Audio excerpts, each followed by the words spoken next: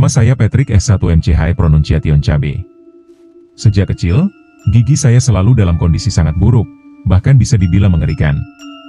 Karena hal itu dan beberapa faktor lain, saya baru mencabut gigi geraham bungsu saya pada usia yang sangat tua. Kebanyakan orang yang menjalani prosedur ini mencabut gigi geraham bungsu mereka saat masih di sekolah menengah atas atau paling lambat pada awal masa kuliah. Tapi saya berbeda. Saya bahkan tidak melakukan konsultasi hingga setelah lulus kuliah. Prosesnya sangat menyakitkan dan salah satu hal paling mengganggu yang pernah saya alami seumur hidup. Saya tidak akan membosankan Anda dengan detail pemulihan saya, tapi ada satu hal yang perlu Anda ketahui. Entah mengapa, rasa sakit yang saya alami begitu parah hingga saya tidak bisa tidur nyenyak tanpa obat penghilang rasa sakit. Saya mengembangkan sistem di mana saya bangun setiap 3 jam untuk minum pil lagi, bergantian antara 2 obat yang diresepkan. Itu mengerikan, tapi itu satu-satunya cara untuk mencegah sakit gigi yang begitu parah hingga membuat saya menangis. Tidak perlu dikatakan, jadwal tidur saya benar-benar kacau selama periode itu. Tubuh saya mulai terbiasa dengan siklus tidur 3 jam diikuti periode terjaga, dan sulit untuk kembali normal bahkan setelah pemulihan saya selesai. Itu jujur saja bagian terburuknya, tidur. Itu tidak normal. Aku serius, setelah beberapa waktu, aku bahkan tidak merasa seperti manusia lagi. Rasanya seperti aku telah menjadi sesuatu yang lain. Terus-menerus bangun dan kembali tidur. Aku bahkan tidak mau memikirkannya. Suatu malam, aku yakin itu terjadi pada minggu pertama pemulihan. Aku bangun sekitar pukul 4 pagi untuk minum obat lagi. Entah kenapa, aku tidak bisa tidur lagi setelah itu. Aku tidak tahu apakah itu karena kondisiku atau karena AC-nya berhenti berfungsi, tapi kamarku sangat panas. Jauh lebih panas dari biasanya. Saya ingat berguling-guling selama sekitar 10 menit sebelum memutuskan harus melakukan sesuatu tentang panasnya.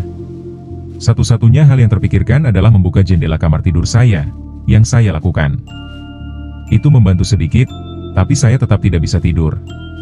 Jadi, di sana saya terbaring dengan sengsara di tempat tidur, berdoa dengan segenap jiwa dan raga agar bisa tertidur.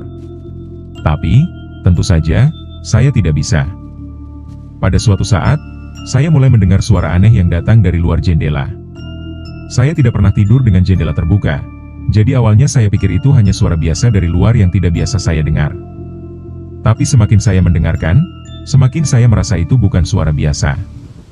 Suaranya hampir seperti garukan, seolah-olah ada hewan yang menggaruk sesuatu dengan cakarnya. Itulah cara terbaik yang bisa saya gambarkan. Pada suatu saat, suara itu menjadi lebih keras, dan saya menyadari bahwa suaranya sepertinya datang dari atas saya, dari atap. Beberapa detik kemudian, suara itu mulai bergerak di atas saya, perlahan-lahan menghilang dari pendengaran. Pada saat itu, saya cukup yakin bahwa itu adalah binatang kecil yang bermain-main di atap. Keluarga saya tinggal di daerah yang banyak pohon, jadi kami sudah terbiasa dengan rakun-rakun penasaran dan serangan hama. Saya benar-benar ingin mengabaikannya dan kembali tidur. Tapi saya tahu ayah saya akan marah besar jika ada sesuatu yang menggali ke loteng kami lagi. Jadi, saya harus melakukan sesuatu. Lagi pula, saya tidak sedang diambang tidur juga. Saya sudah terjaga sepenuhnya, jadi tanpa banyak berpikir, saya melempar selimut, melompat dari tempat tidur, dan mulai berjalan ke garasi. Dari sana, saya mengambil salah satu senter berat ayah saya dan berjalan kembali melalui rumah ke pintu belakang. Kamar saya berada di lantai pertama dekat bagian belakang rumah di mana atapnya paling rendah, jadi saya memutuskan untuk memeriksa di sana terlebih dahulu.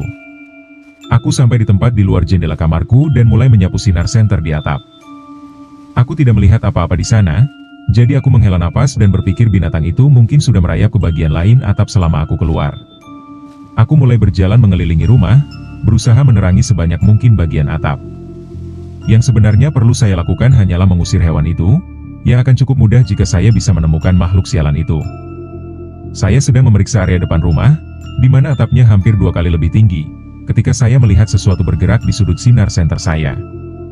Dengan gerakan cepat pergelangan tangan, saya mengarahkan senter ke arah tempat saya melihat gerakan dan hampir pingsan. Di sana, berdiri di atap, ada seorang manusia. Bukan hewan, bukan sekelompok hewan, tapi seorang manusia dewasa. Seorang manusia telanjang berdiri di atap rumah saya, membeku dalam sinar senter saya. Saya berteriak. Saya tidak bisa menahannya. Dan begitu saya melakukannya, orang di atap mulai bergerak, hampir seolah-olah mereka alergi terhadap cahaya senter saya. Aku mencoba melacak gerakannya dengan cahaya, tapi dia bergerak dengan kecepatan yang tidak masuk akal. Sampai saat itu, aku tidak tahu bahwa seseorang bisa bergerak secepat itu tanpa sepatu, apalagi di atas genteng yang longgar dan tidak rata. Dia mulai bergerak kembali ke arah kamarku, dan aku berlari mengelilingi rumah untuk menghentikannya. Aku bahkan tidak tahu apa yang aku pikirkan.